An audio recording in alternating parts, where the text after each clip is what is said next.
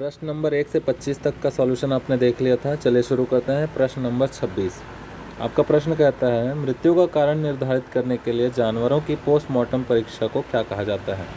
तो आपको क्लियरली पता है, ऑटोप्सी ह्यूमन बॉडी की होती है, बायोप्सी मतलब जीवित शरीर से एक पार्ट निकालना और उसको परीक्षण करना, और इनमें से कोई नहीं तो एक ऑप्शन अलग है। आपका जो आंसर है वो है ऑप्शन नंबर बी, शव परीक्षा, दैट इज नेक्रोप्सी। ठीक है दोस्तों, नेक्स्ट क्वेश्चन की ओर चलते हैं। क्वेश्चन नंबर 27, भैंसों में शुष्क पदार्थ की आवश्यकता शारीरिक भार की तुलना में कितने प्रतिशत होती है। तो आपका ऑप्शन है करेक्ट आंसर 3%। ठीक है, 3% जो होती है भैंसों में रिक्वायर्ड होती है ड्राई मैटर की। ठीक है, तो आपका करेक्ट आंसर है option number B, question number 27। Okay, चलते हैं क्वेश्चन नंबर 28 की ओर। इनमें कौन सी बीमारी के लक्षण होने पर आपको पोस्टमार्टम नहीं करना चाहिए। आपको पता है एक डिसीज़ होती है जिसका नाम है anthrax, that is also known as wool sorters disease, है ना। तो इस कंडीशन में आपको कभी भी पोस्टमार्टम परफॉर्म नहीं करना चाहिए। एकदम स्पेसिफिक आंसर है एंथ्रेक्स। ठीक है दोस्तों, इसको याद रखिएगा और अपने आंसर से मैच करके देखिए। ठीक है, अगले क्वेश्चन में चलिए। डिग्रेडेड मवेशियों की समस्या को हल करने के लिए कौन सी योजना की शुरुआत की गई थी। ये गवर्नमेंट का एक स्कीम था जिसका नाम है पिंजरा पोल। करेक्ट आंसर आपका पिंजरा पोल। Okay, Pinjrapole is the scheme that was launch to solve the problem of degraded cattles. ठीक है, तो आपका करेक्ट आंसर हो गया ऑप्शन नंबर सी। अगले क्वेश्चन में चलिए। किस रोग में पोस्टमार्टम नहीं किया जाना चाहिए। आपका क्वेश्चन जो है रिपीट हुआ है, ध्यान से देखिए। आंसर है आपका एंथ्रेक्स, ऑप्शन नंबर ए, ये करेक्ट है आपका। एंथ्रेक्स में पोस्टमार्टम आपको नहीं करना चाहिए। चलिए क्वेश्चन नंबर 31, लिक्विड नाइट्रोजन का टेम्परेचर कितना होता है। आपको बहुत अच्छे से याद होगा, आपने आर्टिफिशियल इंसेमिनेशन का प्रैक्टिस भी किया हुआ है। तो उस टाइम आपने थ्योरी में जब पढ़ाई की होगी और प्रैक्टिकल के टाइम में भी आपके इंस्ट्रक्टर ने आपको समझाया होगा, बताया होगा कि जो लिक्विड नाइट्रोजन होता है उसका टेम्परेचर होता है -196 डिग्री सेल्सियस। ठीक है, that is cryo preservation and it is -96 degree Celsius. ठीक है दोस्तों, तो ऑप्शन नंबर ए आपका करेक्ट है, that is -196 degree Celsius. Question number 40, progesterone hormone कहाँ से निकलता है। Progesterone hormone is responsible for maintenance of pregnancy and it is released by the corpus luteum of ovary. Correct answer है आपका ovary के corpus luteum से। Okay, corpus luteum of ovary से आपका क्या निकलता है, प्रोजेस्टेरॉन हार्मोन। एंड ये क्या करता है, प्रेगनेंसी को मेंटेन करके रखता है किसी भी एनिमल में। ओके, तो आपका करेक्ट आंसर हो गया ऑप्शन नंबर बी। चलें क्वेश्चन नंबर 41, ऑक्सीजन हीमोग्लोबिन पृथक्करण वक्र में बदलाव रक्त में कार्बन डाइऑक्साइड और हाइड्रोजन आयनों में परिवर्तन की प्रतिक्रिया होती है। फेफड़ों में रक्त के ऑक्सीकरण को बढ़ाने में महत्वपूर्ण प्रभाव और फिर से ऊतकों में रक्त से ऑक्सीजन की रिहाई को बढ़ाने में यह है। कौन सा प्रभाव है दोस्तों, एकदम स्पेसिफिक क्वेश्चन है फिजियोलॉजी का। आपका ऑप्शन करेक्ट आंसर है Bohr effect, it is known as Bohr effect. ध्यान से देखिएगा क्या बोल रहा है, a shift of oxygen haemoglobin dissociation curve in response to change in blood carbon dioxide and hydrogen ion has a significant effect in enhancing oxygenation of blood in the lungs and then again in enhancing release of oxygen from blood in the tissue, that is known as Bohr's effect. Okay, ठीक है, तो आपका correct option हो गया option number ए, इसको Bohr effect कहा जाता है। आपने फिजियोलॉजी में अच्छे से पढ़ा होगा। चलिए देखते हैं क्वेश्चन नंबर 42। क्वेश्चन नंबर 42 कहता है, the incubation period for chicken egg is. Incubation period for chicken egg is, बताइए दोस्तों। एक रेंज दिया हुआ है 20 to 21 days, 15 to 16 days, 30 to 31 days and 40 to 41 days. तो आपको क्लियरली पता होगा कि आपका करेक्ट ऑप्शन क्या है, ऑप्शन नंबर ए, है ना दोस्तों।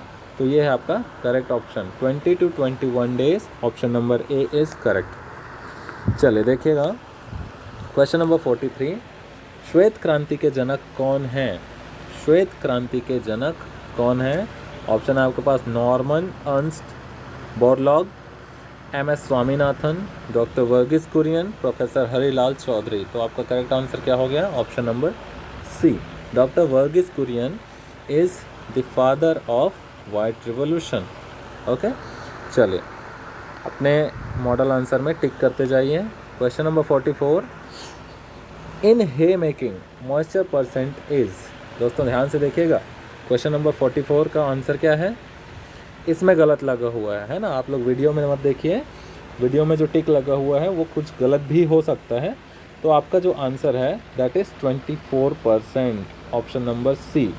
ठीक है, इट शुड बी 24%। ध्यान से देखिए दोस्तों, आपका जो करेक्ट आंसर है ऑप्शन नंबर सी। हे मेकिंग में जो मॉइस्चर परसेंट होता है that is less than 24%। Okay, चलिए क्वेश्चन नंबर 45 में चलिए। एकदम आसान क्वेश्चन है, सुअर के घर को क्या कहते हैं?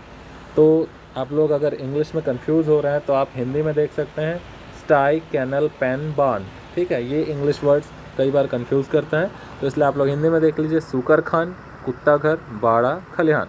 क्या कहेंगे? एकदम कॉमन सा आंसर है, दैट इज़ सूकर खान। आपका ऑप्शन नंबर ए करेक्ट है। ठीक है, चलिए देखते हैं क्वेश्चन नंबर 46। देखिए, which fodder is perfect in silage making. ठीक है, आपको पता होगा कि जो साइलेज है वो जनरली हम बनाते हैं नॉन लेग्यूमिनस प्लांट से। लेग्यूमिनस प्लांट से हम साइलेज नहीं बनाते हैं। ओके, तो इसमें आप जब ऑप्शन देखते हैं तो आपको दिखता है बरसीम, लूसर्न, लोबिया और मक्का। तो इसमें मक्का को छोड़ के बाकी सारे आपके किस टाइप के चीज़ हैं? आपके लेग्यूमिनस प्लांट्स हैं, है ना। और जो मक्का है वो नॉन लेग्यूमिनस है, जैसा कि मैंने अभी आपको बताया कि जो नॉन लेग्यूमिनस सीड्स होते हैं उसी का हम यूज़ करते हैं साइलेज मेकिंग में। तो आपका मक्का जो मेज़ हो गया दैट इज़ करेक्ट ऑप्शन। ठीक है, तो 46 का करेक्ट आंसर क्या हो गया? सी। ओके, चलिए देखते हैं क्वेश्चन नंबर 47, कौन सी योजना सभी योजनाओं की जननी मानी जाती है? क्वेश्चन नंबर 47, क्वेश्चन नंबर 47 कहता है कि कौन सी योजना सभी योजनाओं की जननी मानी जाती है? आपके पास ऑप्शन है ग्राम आधार योजना, समग्र गौवंश विकास योजना, सी है राष्ट्रीय पशु रोग नियंत्रण कार्यक्रम, और डी है ऑपरेशन फ्लड। तो यहाँ पर देखने वाली बात है, जो ग्राम आधार योजना है इसको 1950 में शुरू किया गया था आपके प्रथम पंचवर्षीय योजना में, और यहीं से फिर गौवंश के कल्याण के लिए अलग अलग अन्य योजनाओं का शुरुआत किया गया। तो इसे आप समस्त योजनाओं की जननी मान सकते हैं। तो आपका करेक्ट आंसर क्या हो गया? ऑप्शन नंबर ए, ग्राम आधार योजना जो है सभी योजनाओं की जननी कहाई जाती है। चलिए देखिए क्वेश्चन नंबर 48, गाय का स्थायी दंत सूत्र क्या है? डेंटल फॉर्मूला आपसे पूछा जा रहा है गाय का। तो आपको पता है परमानेंट टीथ गाय में कितने होते हैं? 32। ठीक है, जैसे ह्यूमन बीइंग में 32 टीथ होते हैं वैसे ही आपके काऊ में भी 32 टीथ होते हैं। ऑप्शन देख के आपको समझ जाना चाहिए, 36, 32, 40 और 34।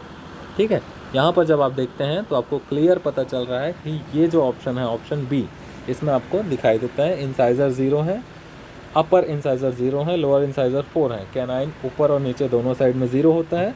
वैसे ही प्री मोलर ऊपर और नीचे 3-3 है, और मोलर ऊपर और नीचे 3-3 है। टोटल आपको 32 अगर आंसर यहाँ पर मिल रहा है तो आपका आंसर ये आपका करेक्ट है। ठीक है, चलिए सेकंड लास्ट क्वेश्चन देखते हैं इस पार्ट में। क्वेश्चन 49, जानवरों में ज़्यादातर टीके किस रूट से लगाए जाते हैं? तो आपको ध्यान देना चाहिए, हम वैक्सीन क्यों लगाते हैं? ताकि वो लॉन्ग टर्म में यूज़फुल हो।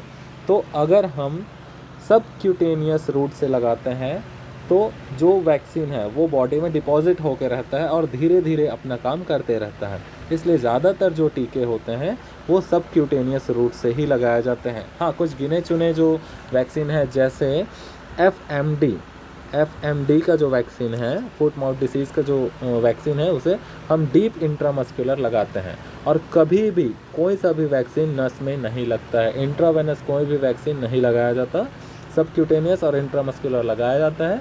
बट ज़्यादातर जो वैक्सीन होते हैं वो आपके सब क्यूटेनियस रूट से ही लगाए जाते हैं। दोस्तों इस बात को ध्यान रखिएगा। लास्ट क्वेश्चन है 50वें नंबर का, इस पार्ट का ये लास्ट क्वेश्चन है। अगले पार्ट में हम और क्वेश्चंस को कवर करेंगे। ठीक है दोस्तों, हम 4 पार्ट्स में वीडियो बना रहे हैं, ये दूसरे पार्ट का वीडियो है। क्वेश्चन नंबर 50 आपका कहता है बर्ड फ्लू या एवियन इन्फ्लुएंजा के परीक्षण के लिए किसका नमूना लिया जाता है? क्वेश्चन नंबर 50 आपका कहता है कि कौन सा सैंपल आप लेते हैं बर्ड फ्लू या एवियन इन्फ्लुएंजा के परीक्षण के लिए? तो आपके पास ऑप्शन है, option number A nasopharyngeal swab, faecal sample, tissue sample, blood sample. तो सिंपल सी बात है, आपको नाक ग्रसनी का फाह लेना है, मीन्स नेसोफेरिंजियल स्वैब आपको लेना था। उस कंडीशन में नेसोफेरिंजियल स्वैब लिया गया था या लेना चाहिए। ठीक है दोस्तों, तो ये रहे आपके और 25 क्वेश्चंस। इसके अगले पार्ट में आपको देखने को मिलेगा प्रश्न 51 से लेकर प्रश्न 75 तक का सॉल्यूशन, करेक्ट सॉल्यूशन। ठीक है दोस्तों, इसे आप अपने जो मॉडल आंसर आप बना रहे हैं उससे आप मिलाकर देख सकते हैं, जिससे आपको पता चल पाएगा कि आपने कितने प्रश्न अटेम्प्ट किए हैं और आपके कितने प्रश्न के उत्तर सही हो रहे हैं। ठीक है दोस्तों, धन्यवाद।